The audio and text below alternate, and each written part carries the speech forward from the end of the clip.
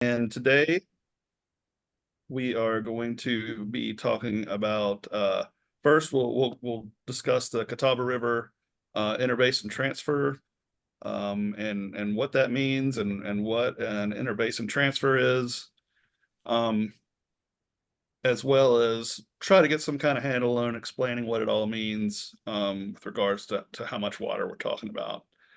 I know some of you may have attended one of the public meetings that they've had um, in Hickory a few months back, and then in Morganton this week. I know we had a big turnout for the meeting on uh, this week, and it went well. It went much better than the Hickory meeting. A lot of information was shared, a lot more information was shared, and they did a little bit better job of explaining it.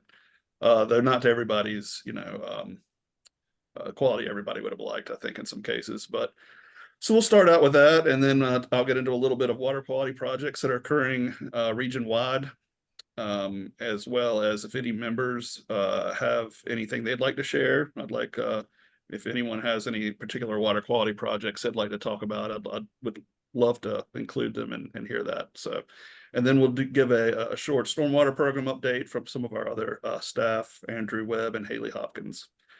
And again, if anybody has anything they'd like to share with regards to that, they can as well. So, so to start, we'll talk a little bit about the history of the Catawba River IBTs that have happened thus far. So in 2002, there was a Charlotte Water applied for certificate to have 33 million gallons per day transferred from the Catawba River into the Rocky River.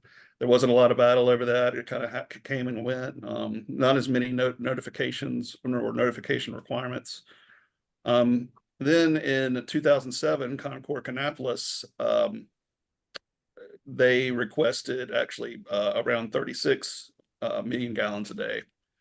And I'll get a little more into the history of that, but it ended up being 10 million gallons a day from Catawba and then 10 million gallons per day from the Yadkin, which is actually the Yadkin and the Rocky River are in the same general large river basin. So here are all the river basins in North Carolina. So again, our Catawba River basin's right here. And then the Yadkin PD River Basin is the large pink one here to the right of the Catawba River Basin. So these are the two large river basins that we're talking about. The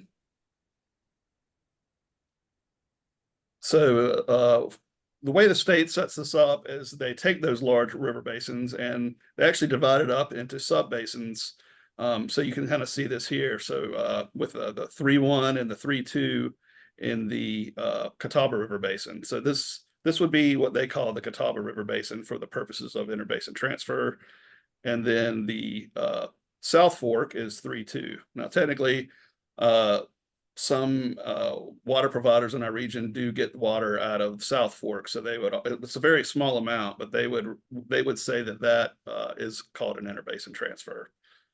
What we're talking about today is actually cross boundaries from the three Catawba into the yellow Yadkin large river basin, and then the Rocky River Basin is down here at 18.4, and these are all the names of these interbasins, and of course some of them again are going to larger river basins, some of them are going to those inner sub basins that are within that larger river basin. So some examples, so Concord Kannapolis, again, they take some out of the Catawba River, and in some cases they take some out of the Yadkin River.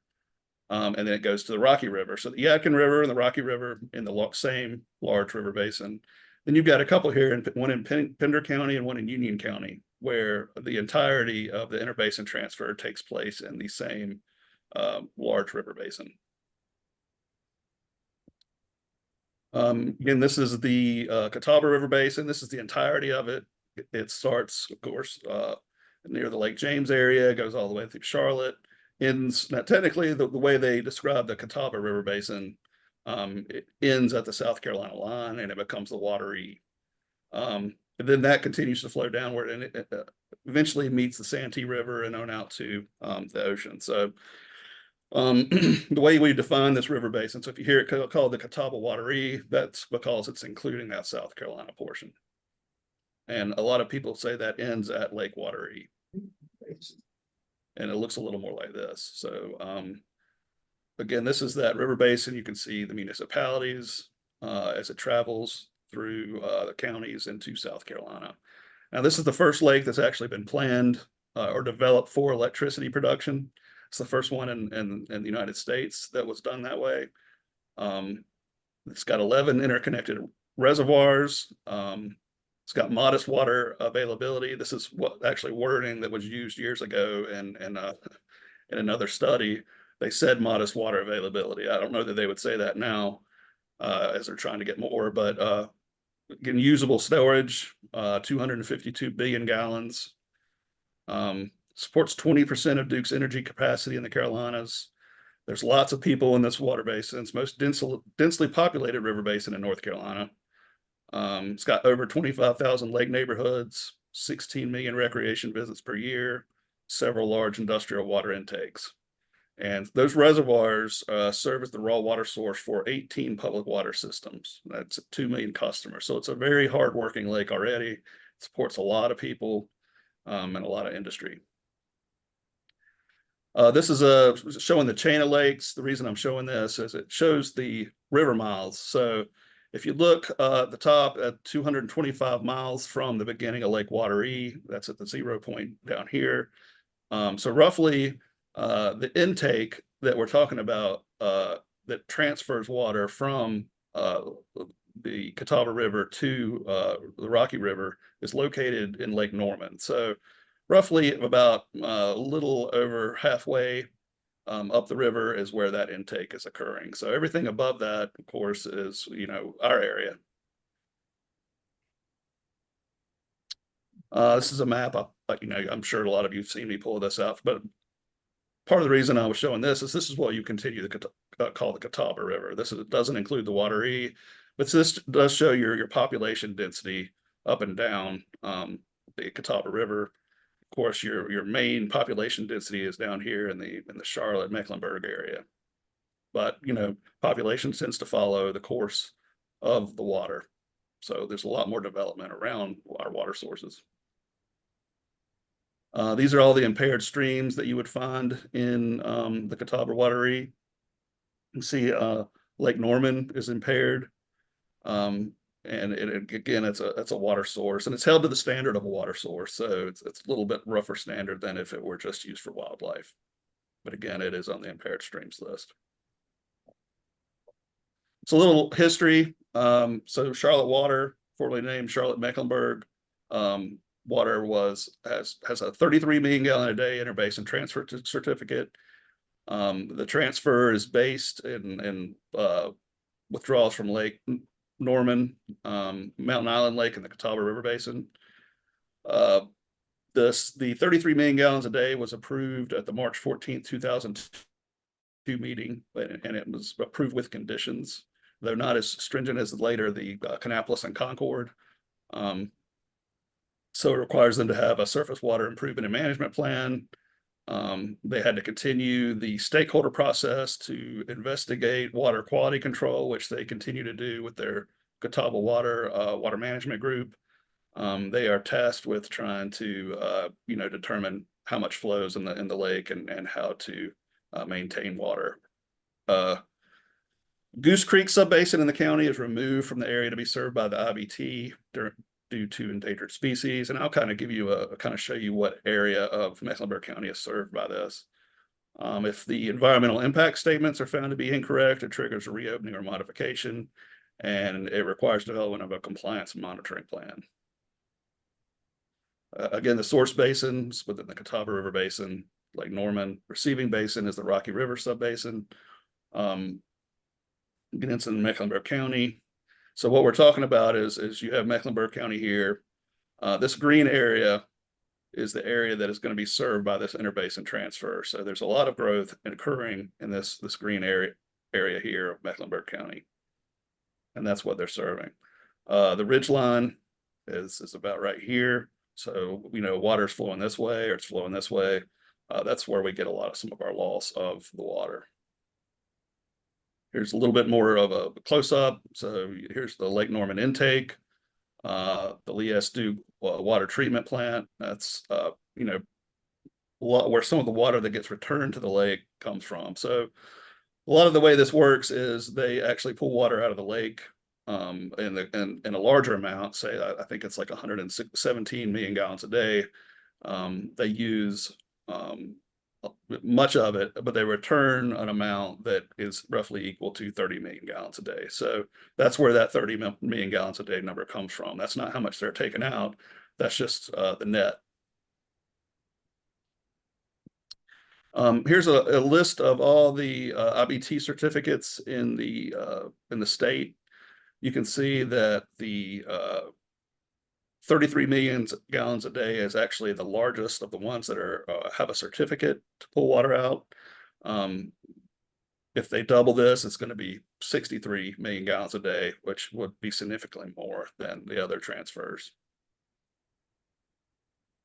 Again, this is what Charlotte says they're actually taking and returning at this moment. So they have that 33 million gallons a day limit, but they say they're currently taking 117, consuming 22, and on this side, 5 on this side. They're discharging 15 back into the Rocky River Basin, and they're returning 75.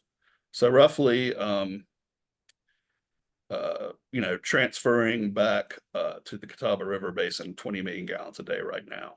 And they expect that to keep increasing until it reaches that 33 and then on up into the 63 as the next 30 years goes on.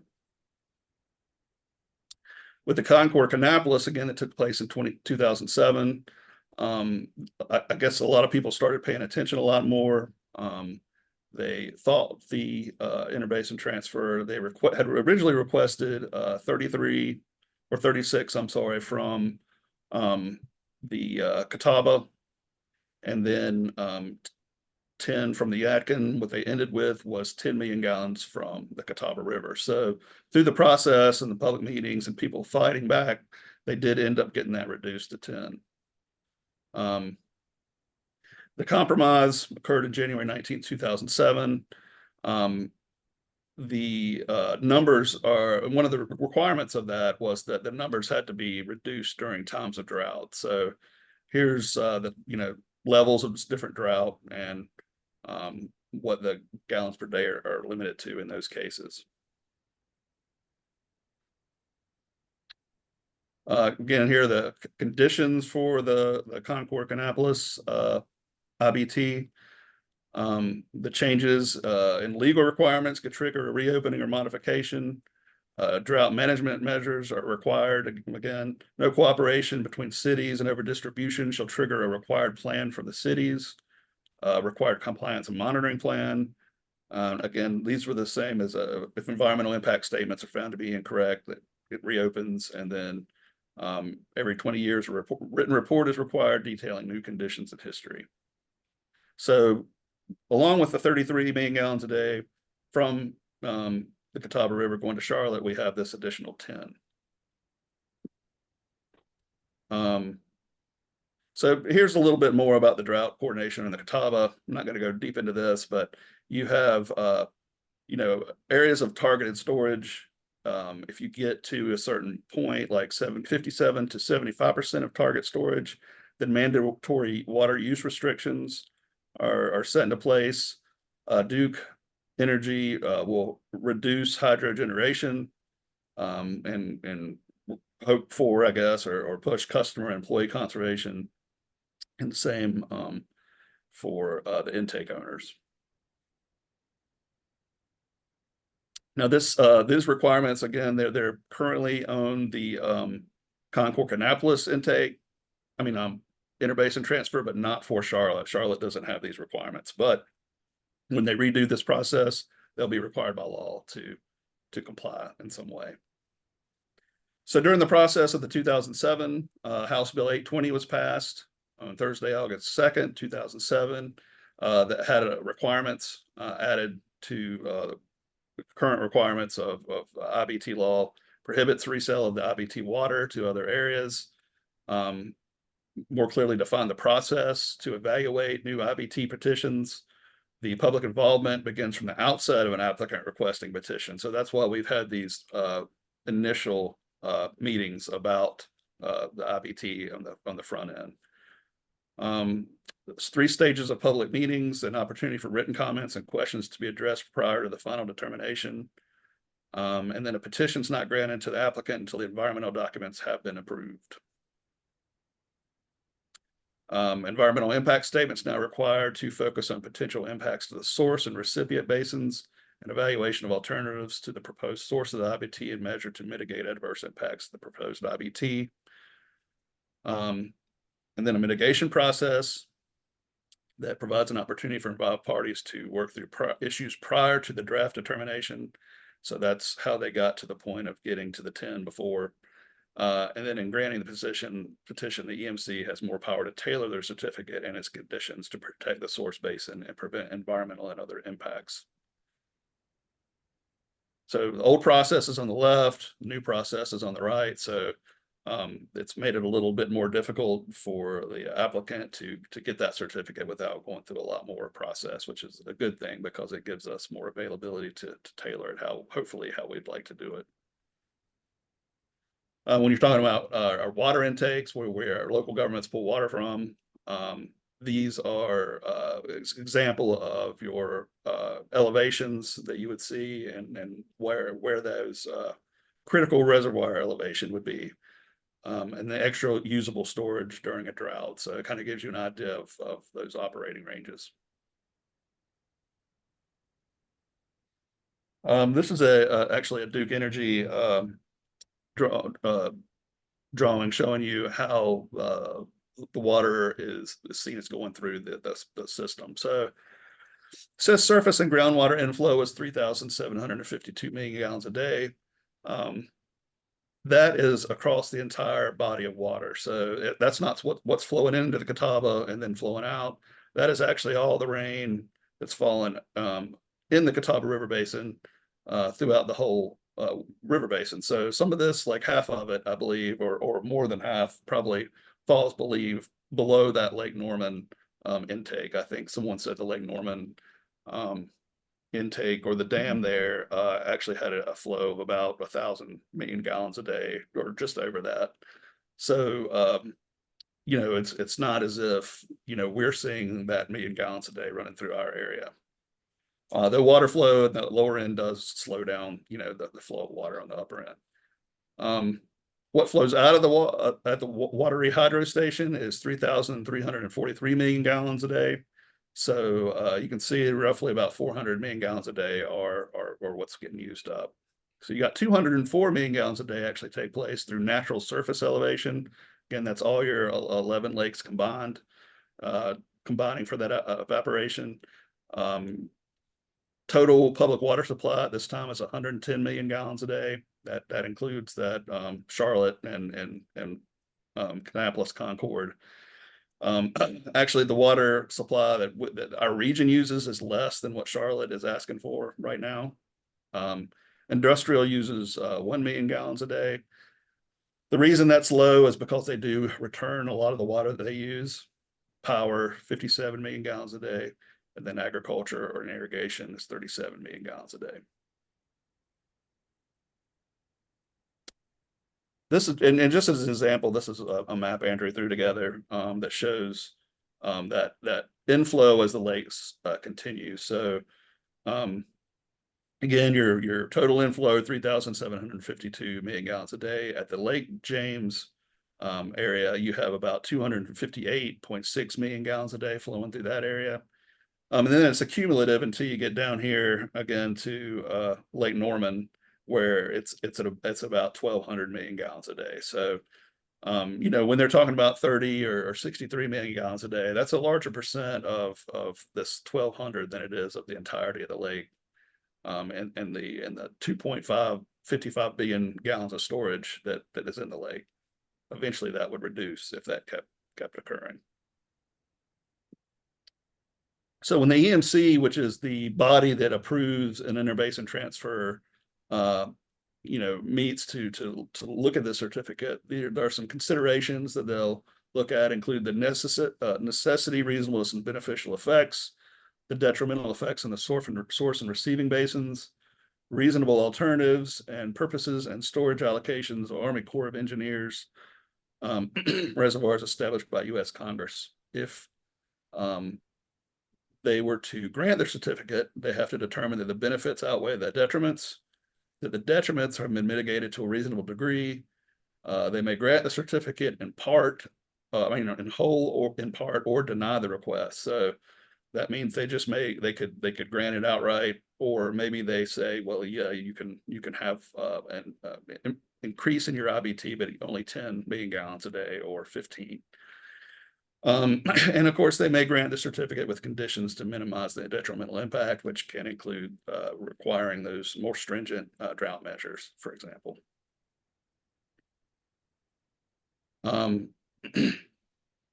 So at this point, they're trying to get the water to meet their demands of what they think will serve the area for the next 30 years.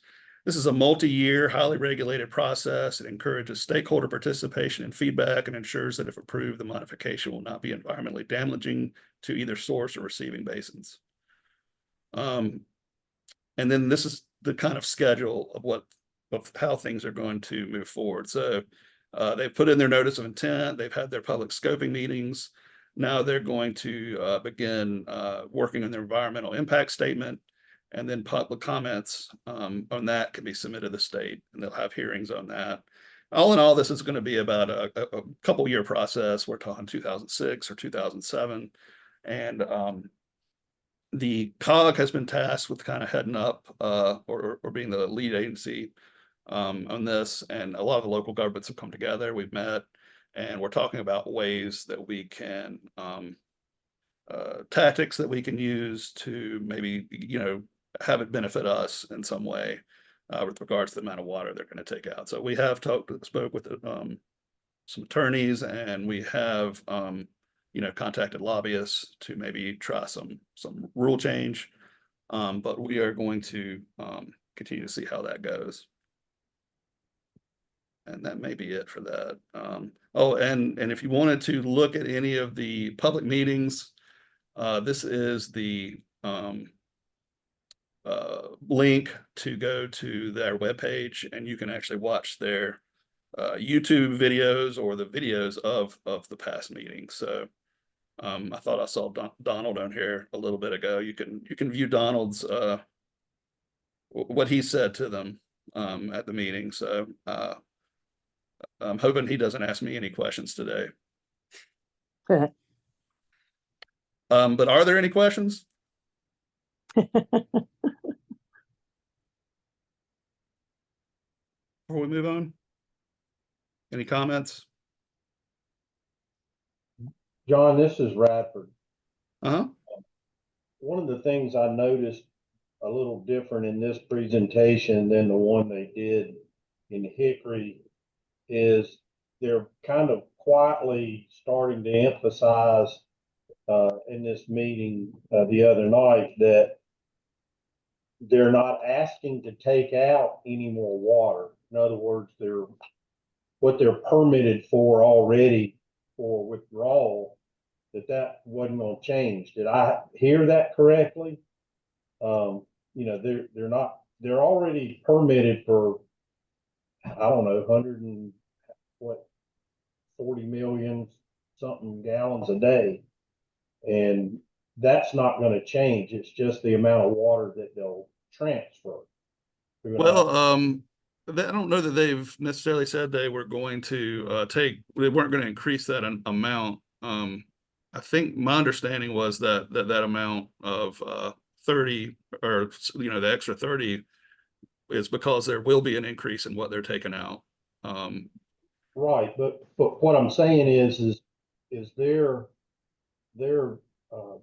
withdrawal permit already has the capacity that they need, so they're not asking to increase the amount of their permitted withdrawal. It's just what of that they already have that they would transfer to the other basin. Mm-hmm. Well, Does, Donald, do you know the answer to this? Is that your understanding? I'm sorry, I didn't grasp the question. Could you say the question again? Telling you all day. Well, they already have a permit to withdraw X number of gallons per day. Mm-hmm. And they're not looking to increase any of their withdrawal capacity. They may take out more water. I understand that. You know, as they grow, they're going to need more water, but it doesn't require a modification to their withdrawal permit. All they're needing is an increased amount in what they're allowed to transfer through an IBT. So, the reason why I'm bringing this up is part of our concern being in the upper basin is they're going to pull more water out and we won't have as much water. Well, if they were to max out what they already are permitted for, there's nothing that we can really do about what they're already permitted for in a withdrawal. You see what I'm saying? But yeah, you're talking about the amount they have to return is different.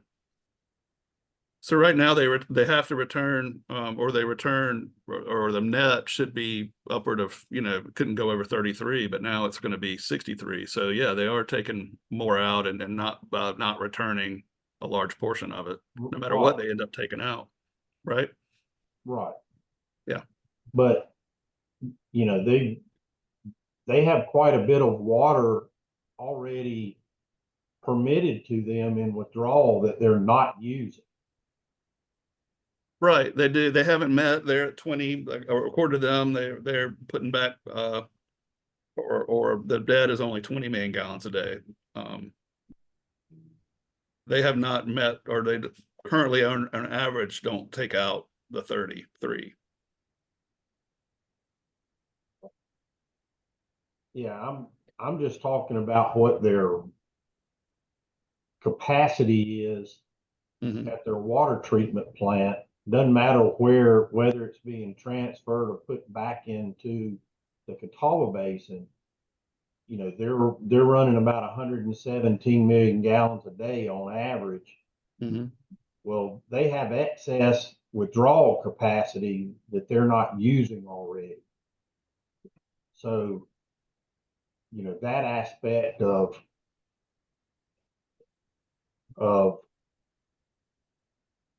what their total permitted withdrawal is,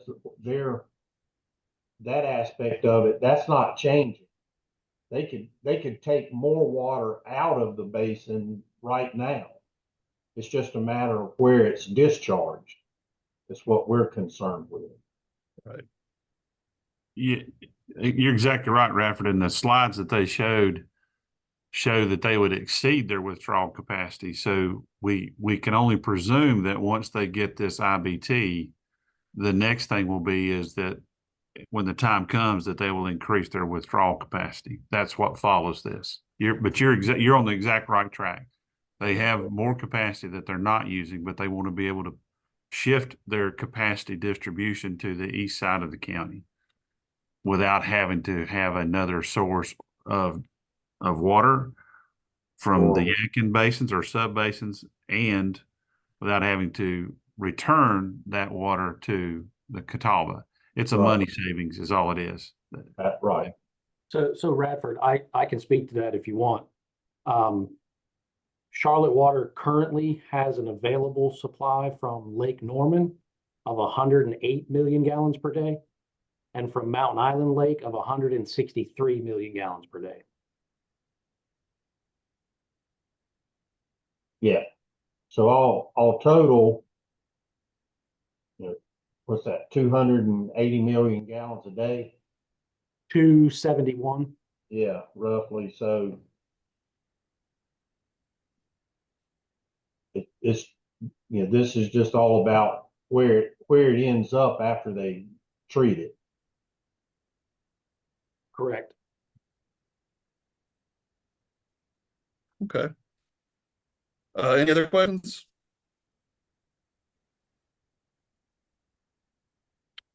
Well, we'll keep you guys updated on as things occur. You know, this has also an environmental component to this. As you take, you know, more water out of our river basin, it's going to have effects on, you know, ecosystems and wildlife. So,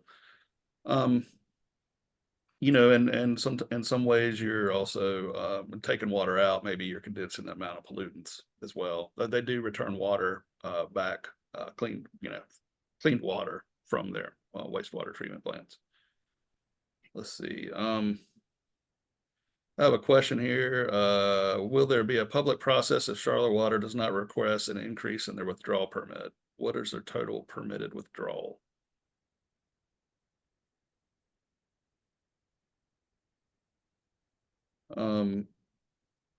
Yeah, John, that was me that asked those questions.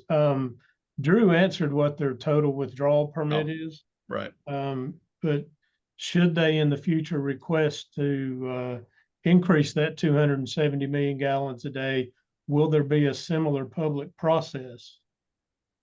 I can answer that too, Jack. Yeah, there will be. That's actually FERC license.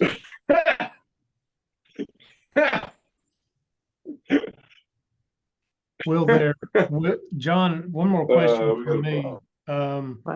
Will you be making this recording available to those of us who've attended? I'd like to share this with a couple other people in the office. Sure. Yeah, we'll have it on our link on our website once we get it downloaded. Thank you. Yeah. All right. Any other questions? John, I have a question. Mhm. The public comment period that will be coming forth, will the COG be the recipient of those comments? The public comment period from well, the I guess recipients would be the Charlotte Water. And Okay, yeah, maybe the EMC, I'm guessing. okay. Yeah. And that was- public meetings they've had, I think there's one left, I think. I think it's July 29th and Rock Hill is the last one. I believe they have two more on Right. the 29th. Yeah. Okay. Well, I was just looking at the role the COG is playing in this process, and just making sure that we are able to be engaged through you if necessary, or Yeah. how does our Yeah. organizations do that? Well, our local governments have asked us to be the lead on it, and they are, you know, we're getting our feedback from them as we move along and trying to make any kind of decisions with regards to how we want to move forward. And you know, it's kind of a long process. A lot of action will be probably taking place when that environmental impact statement is released. And there's a couple options for us there. You know, as far as, you know, having another company review it, possibly having our own environmental impact statement created, or, you know, just a general environmental review. So there's a couple options to take with how we want to have that looked at. Okay. And we'll, you know, some of it may be dependent on cost, or, you know, but we'll, you know, keep you updated, or this committee especially will keep you updated on how it's going. And if you have any questions in the meantime about how things are going, you know, feel free to reach out. Okay, thank you. All right. So moving forward, again, if you guys have any questions for me, probably questions that aren't, you know, deep utility based, you want to ask somebody, we can get the answer for you, but there are other people on this call that would be a better resource in some ways with that. Let's see. So real quick, just for some water quality projects that are going on in our region, we've received 2 grants recently. One is for Hunting Creek project. We're starting our first meeting will be July 30th. We're going to be reviewing the Hunting Creek watershed plans and updating it, and hoping to have that committee formed and continuous from now on to continue to work on Hunting Creek. And again, I'd like to perform that same action in all of our counties, at least one in each county to have going at all times where we're trying to come up with ways to improve the water quality in those impaired streams. There's kind of a pulled out, a vision of where Hunting Creek lies, and this shows the impaired portion of Hunting Creek as it flows through partial of Burke County and then into Morganton and finally into the Lake Road Hiss. The other grant we got, it's good news, is we got a grant from the 319 EPA 319 program to continue our septic system repair program. Received about $270,000 to repair or replace 30 to 40 septic tanks over the next couple of years. So I'm going to be making contact with the county health departments and environmental health to set those up and get that project moving. And it works really well because they, environmental health employees direct people to us as they need repairs. So the only requirement that I had was geographic that they changed. I was trying to get it for the entire region. Because it's an environmental grant and it's an EPA grant, they would like the repairs to take place in either water supply watershed areas or in impaired stream areas. And they also wanted me to pay special attention to ones that were in potentially underserved communities. So if you're looking at this map, the impaired watersheds are the red hatched areas. So I can make repairs in those areas or within this orange and yellow or light orange area that is the water supply watershed. These blue areas are our underserved communities, so anywhere that there's overlap there will be a priority. As best as I can make them a priority. It's a little bit hard to prioritize as projects are coming in daily. You don't know what you're going to get from one day to the next. So we'll try to do as best of prioritizing those as we can, but there is a difficulty there. Real quick, this is timely, I guess, when you're talking about IBTs, one of the big issues is drought. Right now, North Carolina is in an abnormally high amount of drought across the state. This is last year, actually, the one I'm showing you right now is, I think, July 2nd of 2023, same time of year, just one area that was abnormally dry. And this is this year, July 9th of this year, and you can see across the state, it goes from abnormally dry to extreme drought in some areas. So our own area, it's like Catawba and Alexander and some parts of Caldwell are in severe drought, and then moderate drought in the rest of our region. And that is all I have. So does anybody else have anything they'd like to share as far as water quality projects in the region? All right, if not, I am going to turn it over to Haley and Andrew.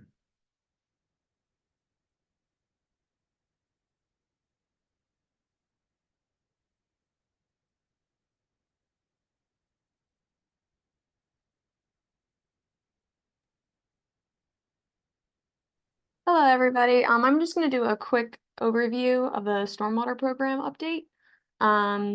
So what's coming up for Public Works is to send me the good housekeeping sheets. If you guys could have those to me around August 9th so I can get everything in for the annual report that is due at the end of the month. I have finished my first biannual report, and I will be sending those out to Public Works and Planning departments. And you also see some pictures of it in the slideshow. And then we have also, I've updated some of the websites. We updated our website on the COGS website, and this is just updating the surveys, reporting tools and volunteer forms and contact information, just to make it an easier process. We are in the process of doing a Dropbox for plan reviews to try to make that easier instead of trying to go through emails all the time. Just trying to make things a little bit more efficient in the program. We're continuing to do MS4 mapping and inspections, primarily in Caldwell County, some in Catawba, and elsewhere.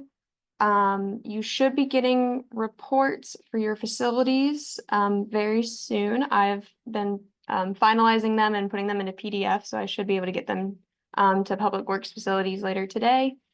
And then a lot of places that have SCMs, they'll be getting those sent out in the mail to try to keep those intact. For this year, what is due, oops, sorry. For this year, what is due is the operation and maintenance plans. I have the rough drafts of those and I'm editing them to be able to send to DEQ soon. Any towns or cities that don't have a stormwater pollution and prevention plan, I've been filling out those for the different towns and trying to make sure that all those are done and completed and sent to DEQ this winter. Our tentative audit schedule, I know that Newton is supposed to be coming up this year at some point. And then the Caldwell towns and Valdez are going to begin 2025. And then in Conover, we'll have theirs in 2026. There has been an ordinance change for the maintenance bond. So when different companies and everything are going through getting an SCM on a different site and everything, there won't be a maintenance bond requirement anymore. But there's still other actions that can be done to make sure that the SCMs are being maintained during the lifetime of the stormwater. So this is just the law that we're in the process of changing the ordinance to. So there will still be some type of requirement, but more of like a proof of letter of credit kind of situation. And just proof that there is money set aside to maintain the SCM. The future of the stormwater program, like I said, I have a biannual report and it's going to be more specific towards each town and city that is part of the stormwater program. Right now, I just have kind of a general overview for how far we are from January to June of this year. And this will just show you points of like the MS4 mapping, inspections, any outreach and involvement, and other relevant information. And then we are in the process of a GIS inspection tool.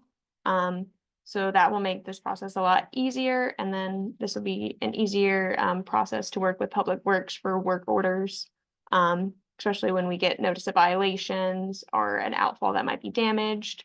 But we're in the process of working on that. This is kind of what the biannual report looks like right now. So this is just saying as of from January 1st to June 30th of this year, we've had 119 outfall inspections. 17 facilities were inspected, and that includes Public Works, water treatment plants, and wastewater treatment plants.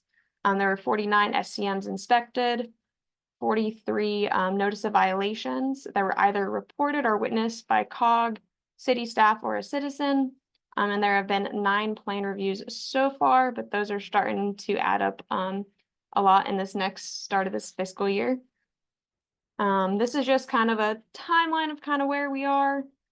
So this is just going through, like I said, I'll send this out to Public Works and planning that are involved in the stormwater program, but this is just a timeline of kind of what's going to be going on.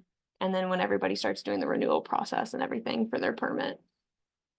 And I just wanted to take a little bit of time just to do a review of illicit discharge and notice of violations.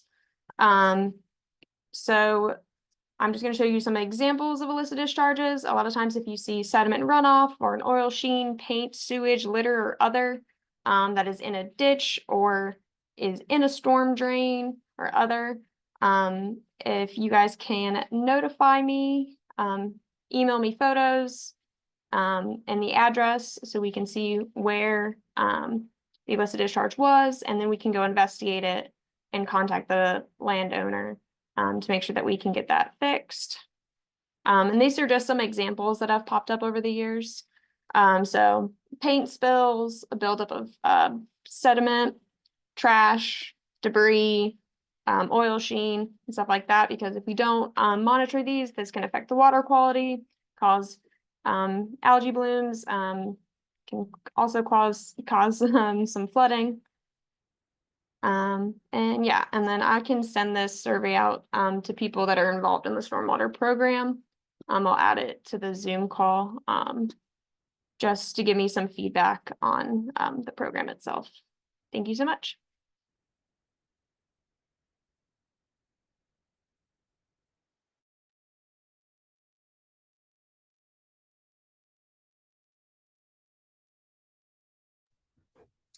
Okay, I am now going to go through the outreach that we've been doing.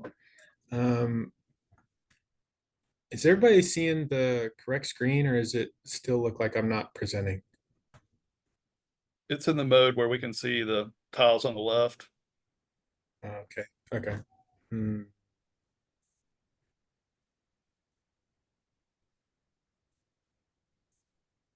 Okay, what about now? That's it. Okay, cool. All right, so yeah, we've been pretty busy with outreach recently, or at least since the last meeting. So I'm just going to go through one by one. We blanked and didn't take pictures of this, but we were involved in the Conover litter sweep. My coworker Kelly attended that, and we helped recruit people for that. That was a success. We also went to STEM Trek. Johnny did that for me. Thank you, Johnny. Which I heard was also a big success. That was at the Catawba Science Center at the Salt Block. We did the Hudson Butterfly Festival. It was a pretty rainy day, and it ended up getting cut short because of the rain, but we still were able to meet a lot of people. And yep. Then I went to the Catawba Science Center again on May 11th for the Spark Showcase. It's just a thing they have on each, I think it's every first or second Saturday of the month, and they have people do some like professional based learning where I just go through what I do at the job. And I brought the Enviroscape, and we did some activities on that, and then I took them through some of the handouts that I've used for some school visits I've done, as well as some filtering exercises just with some sponges and stuff. That same day, we went to Sawmills for the Spring in the Park Festival, much bigger festival than I was expecting. I hadn't heard of it before this. They had a petting zoo. That's why that I don't know what animal that is. I'm guessing yak. I don't know, but that was great. Had a lot of kids that day that were interested, so that was great. And then I met someone through the Spark program who's a first grade teacher at Hillcrest Elementary School in Morganton. And so I provided the Enviroscape as well as the binder with all the lessons that accompany that, that model. And that's just the logo of their school. And then recently on June 23rd, I held the Granite Falls cleanup at Lakeside Park, or the Tater Hole, as some people know it, in Granite Falls on Lake Roadhiss. And it was a huge success. As you can see, we got a bunch of tires. I contacted a bunch of private landowners to see if we could walk on their shorelines, and we used our company kayaks, I think for maybe the first time. And so we had some volunteers in some kayaks. One of these, yeah, so this volunteer kept bringing tires just on his kayak. And there's me excited about the cleanup. It was a beautiful day, pretty hot, but it was, again, a very big success. We found chairs in the water. We found a full trash can that looked like it could be put on the shelf at Lowe's right now and sell today. And we had a lot of visitors, just people come to the park asking about what we're doing and stuff. And so we set up the booth, and luckily I know someone that lives on Lake Road Hiss, and they let us use our dock and launch from there. So behind the camera is where Lakeside Park is, but we're looking at the one of the coves at the end of the main channel. So if you know that Lake Roadhiss runs from west to east, and so at the very far east part of that lake, at the end of that channel is where most of the trash gathers because of the current of the river and probably the wind as well. And we knew this person, that's this dock right here. And so we were able to launch some kayaks, and they used their personal boat, their motorized boat, to shuttle trash back and forth to the park for us.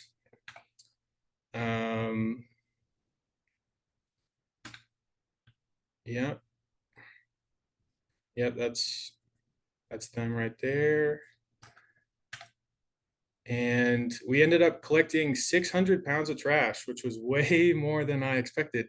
It was more than I knew what to do with. But we figured it out with Granite Falls Public Works.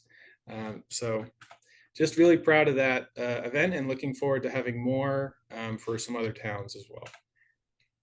And then just this past weekend, we went to the Lenore Blackberry Festival.